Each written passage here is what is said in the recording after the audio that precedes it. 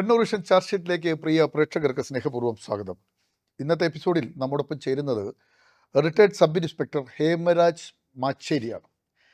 3.5 പതിറ്റാണ്ട് കാലം കേരള പോലീസിൽ സേവനമനുഷ്ഠിച്ച പോലീസ് ഉദ്യോഗസ്ഥൻ. പെരിയ പൊന്നം ബാങ്ക് കവർച്ചകൾ ഉൾപ്പെടെ നിരവധി കവർച്ചകളും കൊലപാതകങ്ങളും ഉൾപ്പെടെയുള്ള കേസുകൾ തെളിയിക്കുന്നതിൽ അന്വേഷണ സംഘത്തോടൊപ്പം മികച്ച പ്രവർത്തനങ്ങൾ നടത്തിയിട്ടുള്ള ഉദ്യോഗസ്ഥൻ. DGPയുടെ പ്രത്യേക സ്ക്വാഡിലെ അംഗം. കേരളത്തിലെ ഉന്നത ഉദ്യോഗസ്ഥർ എന്തെങ്കിലും ഒരു സംഭവം ഉണ്ടായാൽ ആ അന്വേഷണ സംഘത്തിലേക്ക് എണ്ണി എടുക്കുന്ന ആളുകളിൽ പ്രമുഖൻ ഹേമരാജ് മാച്ചേരി ഇന്ന് നമ്മോടൊപ്പം ചേരുന്നത് എരഞ്ഞോളിയിലെ ഒരു കൊലപാതകത്തിൻ്റെ നാൾവഴികളിലൂടെ സഞ്ചരിക്കാനാണ്. നളിനി എന്ന ഒരു വീട്ടമ്മ കൊല്ലപ്പെടുന്നു. ആ കൊലപാതകം തെളിയിക്കുന്നതിലേക്ക് ആ ദിനങ്ങളിൽ നടന്ന യാത്രകളിലൂടെ ഹേമരാജ് മേച്ചേരി നമ്മോടൊപ്പം ചേരുകയാണ്. പ്രേക്ഷകർക്കും ഒപ്പം ഹേമരാജ് മാച്ചേരിക്കും ചാർജ് ഷീറ്റിലേക്ക് സ്വാഗതം. Thank you. നമ്മൾ ഈ പോലീസ് ഏത് കേസും തെളിയിക്കുമ്പോൾ അവസാന വിവരം മാത്രമേ ജനങ്ങൾക്ക് കിട്ടുക. പ്രതിയെ പിടിച്ചു, കറക്റ്റ് കേസുകൾ ഇപ്പം അന്ന് പറയുമ്പോൾ ഇങ്ങനെ പ്രതിയെ പിടിച്ചു, ഒരു സംഭവം നടന്നു, പ്രതിയെ കിട്ടാത്തതിന് ജനങ്ങൾ ബഹളം നോക്കും. പ്രതിയെ കിട്ടിക്കഴിയുമ്പോൾ പ്രതിയെ കിട്ടി എന്ന് പറയും. അതിനിടയിൽ ഒരു യാത്രയുണ്ട് പോലീസിൻ്റെ. അതൊരു വല്ലാത്ത യാത്രയാണ്. കണ്ണും കാതും കൂർപ്പിച്ച് ഏകാഗ്രതയോടെ നടത്തുന്ന നീക്കങ്ങളാണ് പലപ്പോഴും പ്രതികളെ പോലീസിലേക്ക് എത്തിക്കുന്നത്. അത് ചടുലമായ പല നീക്കങ്ങളും നടക്കും. സാധാരണക്കാരന് അതിനെക്കുറിച്ചൊന്നും അറിയാൻ കഴിയില്ല. അതുകൊണ്ട് തന്നെയാണ് ചാർജ് ഷീറ്റ് ഇത്തരം കേസുകളിലൂടെ സഞ്ചരിക്കുന്നത്. അപ്പോൾ തലശ്ശേരിയിൽ എരഞ്ഞോളിയിൽ നളിനി വധം നടക്കുമ്പോൾ താങ്കൾ എവിടെയാണ് ജോലി ചെയ്തിരുന്നത്? എങ്ങനെയാണ് ആ സംഭവം താങ്കളുടെ ശ്രദ്ധയിലേക്ക് ആദ്യം വരുന്നത്? ഞാൻ അന്ന് ആക്ച്വലി ഞാൻ 2004 മുതൽ ഞാൻ തലശ്ശേരി സ്റ്റേഷനുമായിട്ട് ബന്ധപ്പെട്ട് ജോലി ചെയ്യുന്നുണ്ട്. അപ്പോൾ തലശ്ശേരി വന്നു. ഡിസംബർ മാസത്തോടെ ഞാൻ തലശ്ശേരി വന്നു. അതിനുശേഷം കുറച്ച് മാസങ്ങളുണ്ട് ഞാൻ ഇവിടെ സ്ക്വാഡിലേക്ക് ഉണ്ടായിരുന്ന. സ്ക്വാഡ് എന്ന് പറഞ്ഞാൽ ആരുടെ സ്ക്വാഡ്? അന്ന് അതെങ്ങനെയാണെന്ന് വെച്ചാൽ നമ്മൾ തലശ്ശേരി ഉണ്ടാകുമ്പോൾ സർക്കിൾ ഇൻസ്പെക്ടറും SIയും സർക്കിൾ ഇൻസ്പെക്ടറും സ്റ്റേഷനിലുണ്ടായിരുന്നു. അപ്പോൾ നമ്മൾ ഉണ്ടാകുന്ന ക്രൈം കാര്യങ്ങളും മറ്റുള്ള കൂടുതലായിട്ടും കേസുകൾ റിപ്പോർട്ട് ചെയ്യുമ്പോൾ നമ്മളത് അതിനായിട്ട് പ്രത്യേകം 1-2 ആളെ നിയമിക്കും. നമ്മളത് വാച്ച് ചെയ്ത് കണ്ടുപിടിക്കും. അങ്ങനെയായിരുന്നു ഞാൻ. ക്രൈം സ്ക്വാഡ് എന്നാണ് അതിന് സാധാരണ പറയുന്നത്. CD പാർട്ടി എന്ന് പറയും. നമ്മൾ സാധാരണ CD പാർട്ടി എന്ന് പറയും നാട്ടിൽ. പക്ഷേ ക്രൈം ഇൻവെസ്റ്റിഗേഷൻ നമ്മളായിട്ട് സീക്രട്ടായിട്ട് അന്വേഷിച്ചു മഫ്റ്റിയിലായിരിക്കും ഉണ്ടാവുക. എപ്പോഴും യൂണിഫോം മിക്കവാറും ഉണ്ടാവില്ല. യൂണിഫോം ഇല്ലാതെ എത്ര വർഷം സഞ്ചരിച്ചു? യൂണിഫോം ഇല്ലാതെ എന്ന് പറഞ്ഞാൽ 2004 വന്നിട്ട് 2005 ഈ ഇതിൽ കയറിയിട്ട് 2012 ഞാൻ അവിടുന്ന് പ്രൊമോഷൻ ട്രാൻസ്ഫർ എന്ന നിലയിൽ ഞാൻ ഇന്റലിജൻസിലേക്ക് മാറുന്നത് വരെ യൂണിഫോം ഇല്ല. അവിടേക്കും യൂണിഫോം. അവിടെ ആക്ച്വലി 2012 മുതൽ 2019 വരെ ഏകദേശം ഒരു 10-15 വർഷം യൂണിഫോം ഇല്ല, ഉണ്ടാവില്ല. സർവീസിലെ ഒരു പകുതി കാലത്തോളം യൂണിഫോം ഇല്ലാതെ തന്നെ ജോലി ചെയ്തു. രഹസ്യ പോലീസാണ് ശരിക്കും. സാധാരണക്കാരന്റെ ഒരു ശബ്ദത്തിൽ പറഞ്ഞാൽ രഹസ്യ പോലീസായിട്ടാണ് ജോലി. രഹസ്യ പോലീസ് എങ്ങനെ? രഹസ്യ പോലീസിന്റെ സ്വഭാവം അതിനകത്ത് അത് 2-3 പ്രശ്നമുണ്ട്. എന്ന് വെച്ചാൽ ഒന്ന്, നല്ല റിസ്ക്കുള്ളൊരു പണിയാണിത്.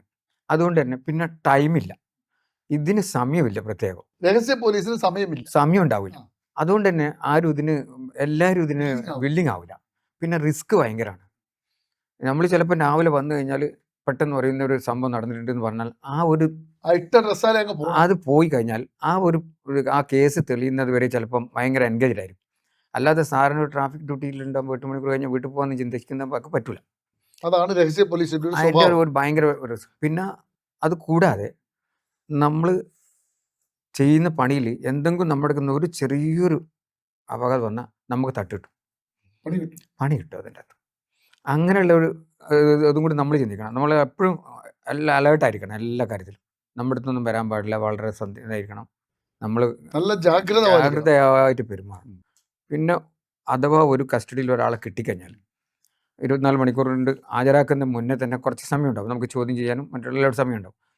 ഈ സമയത്ത് നമ്മൾ അവനെ ഫുള്ളി കെയർ ചെയ്തിരിക്കണം. നമ്മളെ കെയർ നഷ്ടപ്പെടാനേ പാടില്ല. അതിനെ കൊണ്ട് 2-3 പ്രശ്നങ്ങളുണ്ട്. അതാ കാര്യം വെച്ചാൽ നമ്മൾ കസ്റ്റഡിക്കാണ്. ആ കോടതിയിൽ കൊണ്ടുവന്നവരെ ഫുൾ ഉത്തരവാദിത്വം നമുക്കാണ്. അതിനകത്ത് ഒരു കാരണവശാലും നമുക്ക് എന്തെങ്കിലും ഒരു ചെറിയ നമ്മൾ അങ്ങോട്ട് മാറിയ സമയത്ത് ആരെങ്കിലും വന്നിട്ട് ചിലപ്പോൾ ഒരു അടി കൊടുത്ത് ഒരു അക്കൗണ്ട് ഉണ്ടാവില്ല, അതും നമ്മളെ തലയിലാണ് വരിക. അപ്പോൾ അത് അപ്പോഴും അടിക്കാനുള്ള സാധ്യതയൊക്കെ ഉണ്ട്. അതൊക്കെ സംഭവം. അത് ചിലപ്പോൾ എന്താ വെച്ചാൽ ചിലപ്പോൾ എന്തെങ്കിലും ഭയങ്കര ഒരു ദേഷ്യമുള്ളൊരു പ്രതിയായിരിക്കും ഇവൻ. എന്തെങ്കിലും നാട്ടുകാർക്ക് നെട്ടോറിസ് ആയിട്ട് പോകും. അപ്പോൾ ഇവൻ അന്ന് ഞാൻ അന്നേ നോക്കി വെച്ചാ എന്ന് പറഞ്ഞിട്ട് അക്കൗണ്ടിൽ 2 അടിയൊക്കെ കൊടുക്കാം. പക്ഷെ അത് നമ്മളെ തലയിലാണ് വരിക. അതുകൊണ്ട് നമ്മളെപ്പോഴും ശ്രദ്ധിച്ച് നമ്മൾ നിങ്ങളുടെ കൊണ്ടുവരുന്ന ശ്രദ്ധ കുറഞ്ഞാൽ സംഭവിക്കാൻ സാധ്യതയുള്ള കാര്യങ്ങൾ എന്താ ഈ പ്രതിയുടെ കാര്യത്തിൽ, ഈ അടിക്ക് പുറമെ? ശ്രദ്ധ കുറഞ്ഞ മെയിൻ ഒന്നാമത് വരുന്നത് ചാടിപ്പോയി കളയും. ഇപ്പം പല പ്രാവശ്യം കാണില്ലേ, പ്രതി ചാടിപ്പോയി. ഈ ചാടിപ്പോകുന്നത് നമ്മളെ ശ്രദ്ധ കുറവാണ്. ഞാൻ ഉറപ്പായിട്ടും പറയും നമ്മളെ ശ്രദ്ധ കുറവാണ്. പിന്നെ അതന്നെ വരുന്ന മെയിൻ അതാണ് നമുക്ക്. പിന്നെ ചില പ്രതികൾ കേസിൽ പെട്ട് കഴിഞ്ഞാൽ ഇനി എങ്ങനെ മറ്റുള്ളവരുടെ മുഖത്ത് നോക്കും എന്ന് വെച്ചിട്ട് എന്തെങ്കിലും ചെയ്ത് കളയാം. ജീവനൊടുക്കുവാൻ ശ്രമിക്കും. പിന്നെ അത് പറയാം. അത് അതുകൊണ്ട് തന്നെ അതും നമ്മൾ ശ്രദ്ധിക്കണം.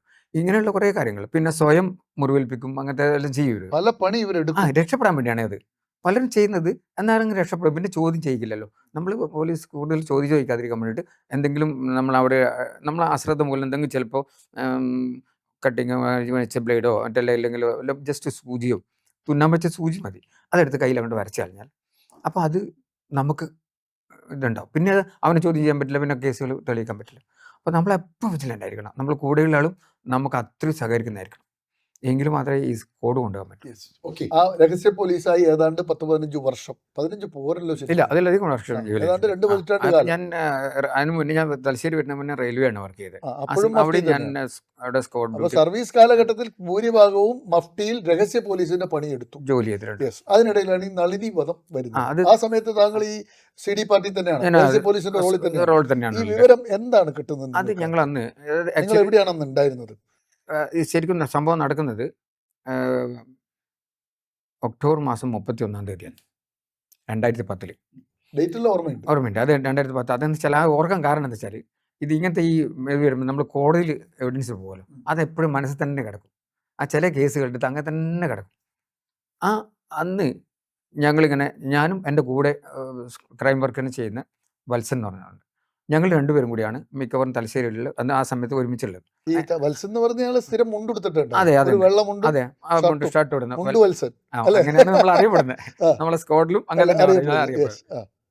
പുള്ളിൻ്റെ കാര്യത്തിൽ വളരെ ഞങ്ങളെ എന്താണെന്ന് വെച്ചാൽ നമ്മൾ ഒരുമിച്ച് പോകുന്ന ആള് എന്തെങ്കിലും ചെറിയ കേസ് ഉണ്ടാകുമ്പോഴും അല്ലെ വലിയ കേസ് ഉണ്ടാകുമ്പോഴും നമ്മൾ ചേർന്ന് നിൽക്കുന്ന ആളായിരിക്കണം. ഇല്ല ചിലപ്പോൾ നമുക്ക് ഈ മഫ്തിയിൽ ചിലപ്പം അടി കിട്ടാനൊക്കെ സാധ്യതയുള്ള സ്ഥലം, പക്ഷേ ഇത് ദൈവം സഹായിച്ച് കിട്ടിയിട്ടില്ല. പക്ഷെ അങ്ങനത്തെ വരുമ്പോൾ ആള് ചിലപ്പം മാറി എന്ന് പറഞ്ഞാൽ നമ്മൾ പണി കിട്ടും. അപ്പോൾ നമുക്ക് എപ്പോഴും നമ്മൾ കൊണ്ടുവരുന്ന ആൾ എപ്പോഴും നമുക്ക് ഒന്നിച്ച് നിൽക്കുന്ന ആളായിരിക്കും. കട്ടക്ക് നിൽക്കാൻ പറയില്ല നമ്മൾ, അതുപോലെ നിൽക്കുന്ന ആളായിരിക്കും. അങ്ങനെ ഞങ്ങൾ രണ്ടുപേരും കൂടി പുള്ളീൻ്റെ സ്കൂട്ടറിലാണ് യാത്ര ചെയ്യുന്നത്. ആ പോകുന്ന വഴിയിലാണ് ഒരു സമയം ഏകദേശം 12 മണി കഴിഞ്ഞിട്ടുണ്ടാവും, കറക്റ്റ് ഓർമ്മയില്ല. അങ്ങനെ പെട്ടെന്ന് വിളിച്ചിട്ട് സ്റ്റേഷൻ പകല് പകൽ 12 മണി 12 ഒരു 12:30 ഇടയ്ക്ക് എടുക്കാം. എന്തായാലും ഭക്ഷണം കഴിച്ചില്ല, അതിലെടുക്കാം. വിളിച്ചിട്ട് CI ബസ്സിന് വിളിച്ചിട്ട് പറഞ്ഞു. അന്ന് ഞങ്ങൾ CIയുടെ സ്ക്വാഡായിട്ടാണ് വർക്ക്. ഒന്ന് ഇങ്ങനെ പെട്ടെന്ന് എരഞ്ഞോളി ഉള്ള ഒരു സ്ഥലത്ത് അവിടെ നമ്മളെ അവിടെ ഒരു ഇതുണ്ട്, ലക്ഷംപുഴ കോളനി ഉണ്ട്. കോളനീൻ്റെ താഴെയായിട്ടുള്ള ഒരു വീട്ടിലുള്ള ഒരു സ്ത്രീ വയോധികയാണ്, ഒറ്റയ്ക്ക് താമസിക്കുകയാണ്. അവർ അവിടെ ദുരൂഹ സാഹചര്യത്തിൽ മരണപ്പെട്ടിരുന്നത് വിവരം കിട്ടിയിട്ടുണ്ട്. മരണപ്പെട്ടു എന്നേ പറയുന്നുള്ളൂ. മരണപ്പെട്ടെന്നേ പറഞ്ഞു. കൊല്ലപ്പെട്ടു ഇല്ല, ദുരൂഹ സാഹചര്യത്തിൽ മരണപ്പെട്ടിട്ടുണ്ട്. അവിടെ ഒന്ന് പോയി നോക്കണം എന്ന് പറഞ്ഞു. നിങ്ങൾ അവിടെ എത്തിക്കോ. അപ്പം ഞങ്ങൾ സ്റ്റേഷനിലേക്ക് വരണമെന്ന് ചോദിച്ചപ്പോൾ വേണ്ട, നിങ്ങൾ അവിടെ എത്തിയാൽ മതി. ഞങ്ങൾ ടൗണിലാണ് ഉണ്ടായിരുന്നു. അങ്ങനെ ഞങ്ങൾ രണ്ടുപേരും കൂടി ആ വണ്ടിയിൽ തന്നെ അവിടെ എത്തി. ഞങ്ങളവിടെ എത്തിയപ്പോൾ നിങ്ങൾ എത്തുന്ന ഈ പ്രദേശം എങ്ങനെയാണ്, അതിൻ്റെ ഒരു സ്വഭാവം എങ്ങനെയാണ്? അത് പറയുന്നത് നമ്മൾ പോകുന്ന വഴി എന്ന് പറഞ്ഞാൽ നമ്മൾ ആക്ച്വലി പോയത് നമ്മളെ ചോനടുത്തുനിന്ന് ലെഫ്റ്റ് കട്ട് ചെയ്തിട്ട് അങ്ങനെ വന്നു കഴിഞ്ഞാൽ കുണ്ടൂർ മലക്ക് പോകുന്ന റോഡ്. ഇതൊരു മല തന്നെയാണ്. കുണ്ടൂർ മലയാണ്. കുണ്ടൂർ മല മലയിൽ തന്നെയാണ്. എഞ്ചിനീയറിംഗ് കോളേജിൻ്റെ താഴ്ഭാഗത്താണ്, അതിൻ്റെ താഴ്ഭാഗത്താണ്. എന്നാലും മല കയറണം കുറച്ച്. അങ്ങോട്ട് കോളേജിലേക്ക് അങ്ങോട്ടല്ല, കോളേജിലേക്ക് പോകുന്ന റോഡിന് എടുക്കുന്ന നേരെ ലെഫ്റ്റിലേക്ക്. എന്തായാലും കുന്ന് കയറണം. കുന്ന് കുറച്ച് അങ്ങോട്ട് കയറി അവിടെ എത്തി. ആക്ച്വലി എഞ്ചിനീയറിംഗ് കോളേജിലേക്ക് പോകണ്ട, അവിടെ ഒരു ലക്ഷംപുഴ കോളനി ഉണ്ട്. അതിൻ്റെ കുറച്ചും കൂടി മുന്നോട്ട് പോയിട്ട് ലെഫ്റ്റിൽ കുറച്ചധികം വീടൊക്കെ ഉള്ള സ്ഥലമാണ്, അടുത്തടുത്ത് വീടുകളുള്ള സ്ഥലമാണ്. ഞങ്ങൾ ചെന്ന് അവിടെ ആ വീട്ടിൽ ചെല്ലുമ്പോൾ കുറച്ച് പേര് അവിടെ ഉണ്ട്, ആൾക്കാർ നിൽക്കുന്നുണ്ട്. എന്താണെന്ന് കാര്യം നമ്മൾ ജസ്റ്റ് ഒന്ന് കയറി നോക്കിയപ്പോൾ അവരെ നമുക്ക് ആ ഫസ്റ്റ് തന്നെ കാണുമ്പോൾ തന്നെ നമ്മൾ ഒരു സ്ഥലത്ത് പോയി കഴിഞ്ഞാൽ എന്താണ് നമുക്കിപ്പം നമ്മളെ വിളിച്ച് മരിച്ചു എന്ന് പറഞ്ഞ ഒരു ദുരൂഹ സാഹചര്യം പറയുമ്പോൾ തന്നെ നമ്മൾ അതിനെ എപ്പോഴും ഒരു ഇത് കാണണം. നമ്മൾ എന്താണ് എന്തെങ്കിലും ഒരു ഇതുണ്ടാവണം എന്നുള്ള വെച്ചിട്ടാണ് നമ്മൾ പോകുന്നത്. ഞങ്ങൾ പോയി അതിനെ ഒന്ന് വെറുതെ അതെന്ന് വെച്ചാൽ ഇവർ വരുന്ന ഒരു ഫോറൻസിക് ആൾ വരുന്ന തൊടാൻ പറ്റില്ല. അപ്പം ഞങ്ങൾ തൊടുകയൊന്നും ചെയ്യാതെ അതിനോട് ചുറ്റും നടന്നു നോക്കിയാൽ തന്നെ ഏകദേശം നമുക്ക് ഏകദേശം മനസ്സിലാവും. അങ്ങനെ നോക്കിയപ്പോൾ ഏകദേശം കഴുത്തിന് എന്തോ ഒരു സാധനം വെച്ച് വലിച്ചു മുറുക്കിയിട്ടുള്ള ഒരു പാട് അല്ലെങ്കിൽ മാർക്ക് നിങ്ങൾ ദൂരെ നിന്ന് കാണുന്നുണ്ട്. നമ്മൾ അടുത്തിങ്ങനെ വട്ടം നോക്കുമല്ലോ, വട്ടത്തിൽ നോക്കും. അങ്ങനെ ഒരു സംഭവം കണ്ടപ്പോൾ തന്നെ മനസ്സിലായി നമുക്ക് എന്തോ ഒരു സാധനം വെച്ചിട്ട് ഇതാക്കിയിട്ടുണ്ടായിരുന്നു. പിന്നെ അത് നമ്മളവിടെ വെച്ചു. ആരോടും പറയില്ല. നമ്മൾ സാറിന് ഇങ്ങനത്തെ കാര്യം നമ്മൾ പബ്ലിക്സിനോടൊന്നും മിണ്ടില്ല. അത് നമ്മൾ അവിടെ ഒരു ടോക്കുമില്ല നമുക്ക്. നമ്മൾ നിങ്ങൾ രണ്ടും നിശബ്ദരായി ആ നമ്മൾ ചുറ്റുവട്ടത്തുണ്ട്. ചുറ്റുവട്ടം നിന്നു. പരിസരം ആ വീക്ഷിച്ച് ഇങ്ങനെ. അത് നിന്നു. അതൊക്കെ നിന്ന് കഴിഞ്ഞപ്പോൾ അത് മനസ്സിലായി നമുക്ക്. അപ്പോൾ അവിടെയുള്ള ആൾക്കാർ എവിടെയാ ബോഡി കിടക്കുന്നത് ശരിക്കും? നമ്മൾ ആ പിന്നെ ഈ വീട്ടിന്റെ ഉള്ളിൽ ഓടുമേഞ്ഞ വീടാണോ വാർപ്പാണോ? പഴയ വീടാ, പഴയ തറവാട് വീടാണ്. തറവാട്ട് വീടാണ്. ആ ഫ്രണ്ട് വാതിൽ തുറന്നിട്ട് അങ്ങോട്ട് അകത്ത് കയറുമല്ലോ നമ്മൾ. മുൻഭാഗത്ത് വാതിൽ തുറന്ന് അകത്ത് കയറിയിട്ട് അകത്ത് കയറിയിട്ട് അങ്ങോട്ട് കയറി ചെല്ലുന്നിടത്ത് തന്നെയാണ്. ഹാളിലാണോ ബെഡ്റൂമിലാണോ കിച്ചണിലാണോ? അത് ഈ പണ്ടത്തെ വീടിന് നമ്മൾ കയറിപാട് ഒരു ഹാള്, ഒരു ചെറിയൊരു ഹാൾ ഉണ്ടാവും. അതിന്റെ ആ സൈഡിലായിട്ടാണ് ഹാളിനോട് ചേർന്ന് എൻ്റെ side ഓർമ്മ. ആ. അത് കഴിഞ്ഞിട്ട് നമ്മളത് അതെന്താ കാര്യം എന്ന് വെച്ചാൽ ഇവർ ആദ്യം കണ്ട പാർട്ടി ഇവരെ പെട്ടെന്ന് ഞങ്ങൾ അവിടെ ചെന്നപ്പോൾ പിന്നെ ഇവരെ ബന്ധുക്കളെല്ലാം അവിടെ കുറച്ച് പേരെല്ലാം ഉണ്ട്. ആരാ ആദ്യം കണ്ടത്? അത് കണ്ടതെന്ന് പറഞ്ഞാൽ അന്ന് അതിൻ്റെ കുറച്ച് ദിവസം മുന്നെയാണ് പഞ്ചായത്ത് ഇലക്ഷൻ നടന്നിരുന്നത്. ഇത് 7ാം വാർഡിലാണ് ഈ വീട് വരുന്നത്. എരഞ്ഞോളി പഞ്ചായത്തിലെ 7ാം വാർഡാണ് ഈ വീട് വരുന്നത്. അപ്പോൾ ആ 7ാം വാർഡിൽ ജയിച്ച ശശി എന്ന് പറഞ്ഞ ഒരാൾ ഇതിൻ്റെ പിന്നെ സത്യപ്രതിജ്ഞ ചടങ്ങ് നടക്കുന്നുണ്ട്. ശശിയും അവരെ സുഹൃത്തും ബാബുവും കൂടിയിട്ട് ഈ നളിനിയെ ക്ഷണിക്കാൻ വേണ്ടിയിട്ട് അവരെ വീട്ടിൽ പോയി. സത്യപ്രതിജ്ഞ ക്ഷണിക്കാൻ ഒരു 12 മണി ഏകദേശം ആയിട്ടുണ്ടാവുമെന്നാണ് അവർ പറഞ്ഞത്. പോകുമ്പോൾ 12 മണിക്ക് അടുത്താണ് അവർ ചെന്നിട്ട് അവരെ വിളിച്ചു. നളിനിയച്ഛനെ വിളിച്ചു, കണ്ടില്ല. കാണാതുകൊണ്ട് അവർ നോക്കുമ്പോൾ വാതിൽ തുറന്നിട്ടുണ്ട്. വാതിൽ തുറന്നിട്ടുകൊണ്ട് തന്നെ അവർക്ക് അകത്ത് എന്താണെന്ന് അറിയാതുകൊണ്ട് തൊട്ടപ്പുറത്തെ വീട്ടിൽ ഇവർ ഒരു ബന്ധു താമസിക്കുന്നുണ്ട്. ആക്ച്വലി 10-15 വർഷമായിട്ട് ഈ നളിനിന്നവർ രാത്രി താമസിക്കുന്നത് ഈ ബന്ധു വീട്ടിലാണ്. പകൽ മാത്രമേ ഈ വീട്ടിലേക്ക് വരുള്ളൂ. സ്വന്തം വീട്ടിലേക്ക് വേറെ ആരും ഇല്ല കൂടെ. ഇല്ല, ഒരു ആരുമില്ല. രാത്രി കിടന്നുറങ്ങാൻ അപ്പുറത്തെ വീട്ടിൽ പോകും. അപ്പോൾ അത്രയും പറഞ്ഞു. അപ്പോൾ അത് കഴിഞ്ഞിട്ട് ഈ ശശി ഈ വിവരം നമ്മളെ ഈ ബന്ധുവിനോട് പറഞ്ഞു. ഇവർ താമസിക്കുന്ന വീട്ടിലെ ബന്ധുവിനോട് പറഞ്ഞു. അപ്പോൾ ബന്ധു അപ്പോൾ തന്നെ ഇപ്പോൾ ഇവർക്ക് സാധാരണ ഇതിൽ ഈ പ്രഷറിൻ്റെയും ഷുഗറിൻ്റെ എല്ലാം അസുഖങ്ങളുണ്ട്. എന്താണെന്ന് ഇവർ വാതിൽ തുറന്നിട്ട് എവിടെയാണ് പോയെന്നുള്ളത് അറിയാൻ വേണ്ടി നേരെ ഇവർ ഈ വീട്ടിലേക്ക് വന്നു. വീട്ടിൽ വന്നപ്പോൾ അകത്ത് കമന്ന് കിടക്കുന്നതാണ് കക്ഷി കാണുന്നത്. നിലത്ത് കമന്ന് കിടക്കുന്നു. അപ്പോൾ ഈ കമന്ന് കിടക്കുന്ന കണ്ടോട്ട് ഇവൻ വെച്ചു, എല്ലാം കൂടി പ്രഷറും ഇതിലുള്ളിൽ പെട്ടെന്ന് കയറി വീണു എന്ന് വെച്ചു. അപ്പം ഡ്രസ്സൊക്കെ നനഞ്ഞിട്ടും കാണുന്നുണ്ടായിരുന്നു.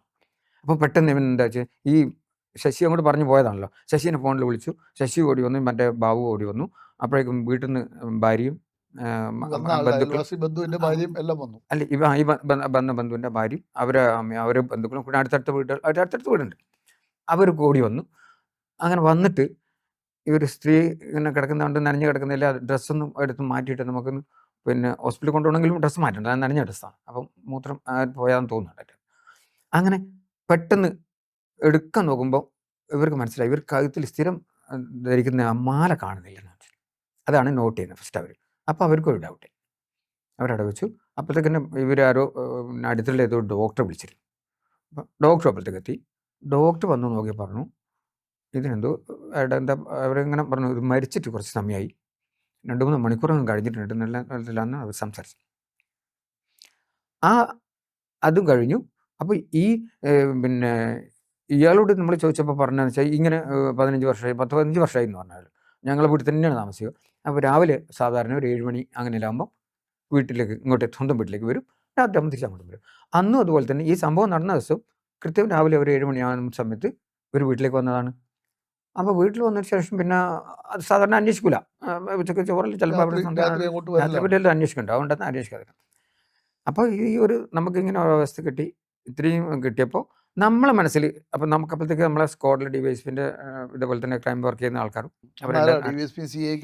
CI എന്ന് പറഞ്ഞാൽ ഇന്ന് ഇപ്പം SP ആയിട്ട് വിജിലൻസ് SP ആയിട്ട് തിരുവനന്തപുരത്ത് വർക്ക് ചെയ്യുന്ന യു പ്രേമൻ സാറാണ് അന്ന് ഞങ്ങളെ ഇൻസ്പെക്ടർ. റിട്ടയർഡ് SP ആയിട്ട് റിട്ടയർഡ് ആയ ദെൻ നമ്മളെ പ്രിൻസ് സാറാണ് അന്ന് പ്രിൻസ് അബ്രഹാം സാറാണ് അന്ന് DYSP. അപ്പം അതിൽ സാറിൽ വന്ന് തലസ്ഥിതി എല്ലാം കൂടി നമുക്ക് ആദ്യം തന്നെ അവിടെ ചെല്ലുമ്പോൾ തന്നെ കുറച്ചധികം വീടുകളുണ്ട്. അതിന് ആരെങ്കിലും ഒരാൾ വന്നിട്ടാകുമ്പം തന്നെ നമുക്ക് ഒരു പെട്ടെന്ന് ദൂരെ നിന്ന് ഒരാൾ വന്നു കഴിഞ്ഞാൽ അവിടുന്ന് എന്തായാലും നോട്ട് ചെയ്യും ആൾ. പുറത്തുനിന്ന് ഒരാൾക്ക് വന്നിട്ട് വന്ന് നോട്ട് ചെയ്യും. എന്താണെന്ന് വെച്ചാൽ നമ്മൾ അങ്ങനെയുള്ള ഒരു സ്ഥലത്ത് പോകുമ്പോൾ എന്തായാലും ഒരു പുറത്തുനിന്ന് ഒരാൾ വന്നിട്ട് ഒരു പരിചയമില്ലാത്ത ഒരാൾ വന്ന് പോകുമ്പോൾ എന്തായാലും നോട്ട് ചെയ്യും. അപ്പം നമ്മുടെ മനസ്സിൽ ആദ്യം വരുന്നത് ഒരു പരിചയമുള്ള ഒരു വ്യക്തി ആവണം. എന്താ വെച്ചാൽ അല്ലെങ്കിൽ ഇത് അങ്ങനത്തെ ഒരു സ്ഥലമാണ്, അടുത്തടുത്ത് വീടുകളുണ്ട്, ബന്ധു വീടുകൾ. ഇപ്പം ചോദിക്കില്ല എന്താണ് എന്ത് സാധനം പകൽ സമയത്തെല്ലാം ചിലപ്പോൾ ഈ ലഗേജൊക്കെ വിൽക്കാൻ വരുന്നവരെല്ലാം അങ്ങനത്തെവരെല്ലാം അത് ഞങ്ങൾ ചോദിച്ചു, ആരെങ്കിലും വന്നതായിട്ട് നിങ്ങളെ ശ്രദ്ധയിൽ ഇല്ല. അങ്ങനെ ഉണ്ടെങ്കിൽ നമ്മളെപ്പോഴും ശ്രദ്ധിക്കും. സാധാരണ കാണും നമ്മൾ അങ്ങനത്തെ ഉണ്ടെങ്കിൽ വിൽക്കാൻ വരുന്ന എന്തെങ്കിലും സാധനം പണികളും പേർക്കാൻ വരുന്നവരോ അങ്ങനെ വന്നാലും നമ്മൾ കാണും. അങ്ങനെ ആരും അവരുടെ ശ്രദ്ധയിലേ ഇല്ല. അപ്പം നമ്മളെ മനസ്സിൽ എന്തായാലും ഒരു ദൂരത്ത് നിന്ന് വന്ന ആളല്ല, പുറത്തുനിന്ന് ഒരാൾ വന്നിട്ട് ചെയ്യില്ല, ദൂരത്ത് വന്ന ആളല്ല. കൊലപാതകമാണെന്ന് നിങ്ങൾക്ക് ബോധ്യപ്പെട്ടു. അത് മനസ്സിലായി. അതിൻ്റെ ആ കാലത്ത് പാട് കണ്ടപ്പോൾ തന്നെ മനസ്സിലായി. വേറെ പാടൊന്നുമില്ല ശരീരത്തിൽ. ഇല്ല, വേറെ പ്രത്യേകം രണ്ടൊന്നുമില്ല. അത് എന്താ വെച്ചാൽ പിന്നെ ഇവർ ഈ സാധനം പോയല്ലോ, അപ്പം നമുക്കത് നമ്മളെ എല്ലാവരും കൂടി എടുത്ത് തീരുമാനിച്ചു അതൊരു മർഡർ ഫോർ ഗെയിൻ ആകാൻ സാധ്യതയുണ്ട്. അപ്പോൾ സാറ് പറഞ്ഞത് പിന്നെ നമുക്ക് വർക്ക് തുടങ്ങിക്കോ, നിങ്ങളെ വർക്ക് നിങ്ങൾ തുടങ്ങിക്കോ. സാധാരണ നമ്മളങ്ങനെ എത്തിക്കഴിഞ്ഞാൽ പിന്നെ നമ്മളെ ഇവരെ കൂടെ നിൽക്കേണ്ട കാര്യമില്ല. ഞങ്ങളെ വർക്ക് തുടങ്ങി. ഞങ്ങൾ ഓരോ വീടുകളിലും നമുക്ക് ആ ഏരിയയിലെ എല്ലാ വീടുകളിലും ആരൊക്കെ താമസിക്കുന്നുണ്ട്, എന്തൊക്കെ ചെയ്യുന്നുണ്ട്, ആ വീട്ടിലെ ആൾക്കാർ എന്തൊക്കെയാണ് ചെയ്യുന്നത്, വീട്ടിൽ എത്ര പേര് താമസിക്കുന്നുണ്ട്, എത്ര പേര് ഇപ്പം പുറത്തു പോയാൽ എല്ലാ വീട്ടിലും അവിടെ എത്ര വീടുണ്ട് ആ വീട്ടിലൊക്കെ ആ ഒരു 2 ദിവസം 1.5 ദിവസം കൊണ്ട് നമ്മളെല്ലാ വീട്ടിലും അത് നമ്മളൊരു എന്നാലും എന്നാലും ഒരു ക്ലൂ കിട്ടണ്ടേ നമുക്ക്. അല്ലാതെ ജസ്റ്റ് എല്ലാം നമ്മൾ എഴുതി വെക്കും. അത് നമ്മൾ പോകുന്നത് ഇന്ന ആൾക്കാർ ഇന്ന വീട്ടിൽ ഇത്ര ആളുണ്ട്, എന്നാൽ ഓരോ വീട്ടിൽ കയറി കഴിഞ്ഞാൽ ഇത്ര ആളുണ്ട്. അവർ പിന്നെ ചില ആൾ ഗൾഫിലായിരിക്കും, ചില ഗൾഫിൽ നിന്ന് വന്നിട്ട് ഇപ്പം ഉണ്ടാവും, ചിലപ്പോൾ നാട്ടിൽ വന്നിട്ടുണ്ടാവും, പിന്നെ കല്യാണം കഴിഞ്ഞവരുണ്ടാവും, പിന്നെ ഭാര്യമാർ ഭർത്താക്കന്മാർ. ഇതിനിടയിൽ ഫോറൻസിക്കും ഡോഗ് സ്ക്വാഡും ഒക്കെ വരുന്നുണ്ട്. അത് ഫോറൻസിക്കും ഡോഗൊക്കെ വന്ന് അവർ നോക്ക് അവർ പോകും. പിന്നെ നമ്മൾ അതിൻ്റെ അകത്ത് നിൽക്കില്ല ആ സമയത്ത്. ആ ചിത്രത്തിൽ നിങ്ങളില്ല, ഞങ്ങൾക്ക് പിന്നെ ഇല്ല. നമുക്ക് നമ്മളെ പണി. എന്നാൽ ഈ ഡോഗ് പോയ സ്ഥലമെല്ലാം നിങ്ങൾ അറിയൂലേ? ഡോഗ് പോയ സ്ഥലം അറിയും. അതിൽ പിന്നെ ഇത് എന്തായാലും പിന്നെ അവിടെ എവിടെയെങ്കിലും ഓടി 2-3 സ്ഥലത്തൊക്കെ ഓടിയിട്ടുണ്ടെന്ന് പറഞ്ഞു. അപ്പോൾ അത് നമ്മൾ മനസ്സിൽ വെച്ചിട്ട് തന്നെ പോകുന്നത്. അപ്പം നമ്മളിതെല്ലാം വാച്ച് ചെയ്ത് കഴിഞ്ഞിട്ട് ഓരോ വീട്ടിലും കയറി ഈ ഒരു കാര്യങ്ങളെല്ലാം നമ്മൾ അന്നേരം ആ ഒരു പിന്നെ സംഭവം നടന്നതുള്ളത് ഡീറ്റെയിൽസ് നമ്മൾ ഓഫീസർമാർ അപ്പം തന്നെ സാർ ഇങ്ങനെയൊക്കെ അപ്ഡേറ്റ് ചെയ്തു. അത് ഒരു ഇരിക്കും വൈകുന്നേരം ഒരു വട്ടത്തിൽ എല്ലാവരും ഇരിക്കും, സാർ ഇങ്ങനെ കാര്യങ്ങളുണ്ട്, ഇത് ക്ലൂ ഉണ്ടെന്നുള്ള ഒരു കാര്യം. ആ ഒരു ഇതെല്ലാം കഴിഞ്ഞപ്പോൾ അന്ന് കഴിഞ്ഞു, ഒന്നുമില്ല. അതായത് 31-ാം തീയതി പോയി. പിന്നെ ഇവർ പോയി നമ്മൾ ഈ പറഞ്ഞ കക്ഷി ഉണ്ടല്ലോ വീട്ടിൽ താമസിക്കുന്ന പറഞ്ഞാൽ അയാളെ FIR ഇടാൻ വേണ്ടിയിട്ട് സ്റ്റേഷനിലേക്ക് സ്റ്റേറ്റ്മെൻറ്റ് കൊടുക്കാൻ പറഞ്ഞു. സ്റ്റേറ്റ്മെൻറ്റ് എടുത്തു. അവർ FIR ഇട്ട് കഴിഞ്ഞതിന് ശേഷം ഇൻക്വസ്റ്റ് നടന്നു. ഇൻക്വസ്റ്റിൽ ബോഡിയിൽ വേറെ എന്തെങ്കിലും ഓർമ്മയിലുണ്ടോ? ഈ കഴുത്തിലെ പാടല്ലാതെ പിന്നെ എന്തെങ്കിലും? ഇല്ല, നമ്മൾ ആ സമയത്ത് കിടക്കുന്ന സമയത്ത് കണ്ടതിനകത്ത് നമ്മൾ മനസ്സിലാതേ ഉള്ളൂ. ആ കിടക്കുന്ന സമയത്ത് കഴുത്തിനകത്ത് കണ്ട വേറെ ഒന്നും കണ്ടതായില്ല. അത് കഴിഞ്ഞ് ഞങ്ങൾ പിറ്റേ ദിവസം 1-ാം തീയതി ഏകദേശം വൈകുന്നേരം ആയപ്പോൾ അങ്ങനെ ഒരു വൈകുന്നേരം ഒരു ചെറിയ ക്ലൂകൾ, അതില്ല ചെറിയ ക്ലൂകൾ ഞങ്ങൾക്ക് എൻ്റെ അകത്ത് നമ്മളെ ഓരോ ആളുടെയും പിന്നെ എന്തൊക്കെ നിങ്ങൾ പിന്നെ എന്തെങ്കിലും സാമ്പത്തിക പ്രശ്നമുള്ള ആളുണ്ടായിരുന്നു. മർഡർ ഫോർ ഗെയിൻ ആണല്ലോ. അപ്പോൾ സാമ്പത്തിക പ്രശ്നമുള്ള മർഡർ ഫോർ ഗെയിൻ എന്ന് വെച്ചാൽ നമ്മൾ പിന്നെ കളവ് നടത്തുന്നതിനിടയിൽ മരണപ്പെട്ടു. അത് കളവ് നടത്തുന്നതിനിടയിൽ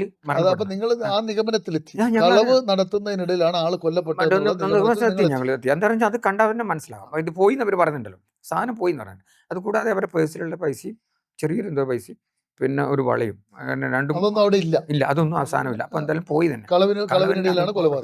അത് കഴിഞ്ഞിട്ട് രാത്രി ഉണ്ടെങ്കിൽ നമുക്ക് ഒരു കക്ഷി ഒരു പിന്നെ കുറച്ച് കടമുണ്ടായിരുന്നത് 2 ആൾക്ക് കടം വീട്ടിയിട്ടുണ്ടെന്നുള്ള ചെറിയൊരു ക്ലൂ. അത് മുഴുവനായിട്ട് അങ്ങ് വിശ്വസിച്ചില്ല ഞങ്ങൾ. അങ്ങനെ ഉണ്ട് എന്നുള്ളത് കിട്ടി. പിറ്റേ ദിവസം രാവിലെ അവരെ കണ്ടു, കാര്യങ്ങൾ ചോദിച്ചപ്പോൾ പൈസ തന്നിട്ടുണ്ടെന്ന് പറഞ്ഞു. അത് കിട്ടി, അവർക്ക് പൈസ കൊടുത്തിട്ടുണ്ടെന്ന് പറഞ്ഞു. പൈസ ഇപ്പം കടം അതിൻ്റെ ദേശത്തിലുള്ള ഒരാൾ തന്നെയാണ്. കടം പൈസ തിരിച്ചു കൊടുക്കുകയാണല്ലോ. അപ്പം ഞങ്ങൾ ഈ കയറിയ വീടുകളിലുള്ള ഒരു വീട്ടിലെ ഒരു കക്ഷിയായിരുന്നു.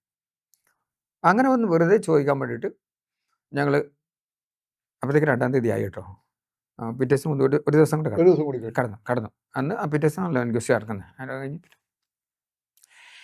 ഞങ്ങൾ പോയി അവരെ വീട്ടിൽ പോയപ്പോൾ അവർ താമസിക്കുന്നത് മകളും ഭർത്താവും ഒരു വാടകക്ക് വേറൊരു വീട്ടിലാണ് ഇത് ഈ പൈസ കൊടുത്ത ആളുകൾ ഈ പൈസ കൊടുത്ത കക്ഷി ഉണ്ടല്ലോ അവന് ഒരു മത്സ്യവില്പനയാണ് അവൻ്റെ ജോലി അവിടെ മത്സ്യം തന്നെയാണ് ആ പ്രദേശത്ത് തൊട്ടവിടെ തന്നെയാണ്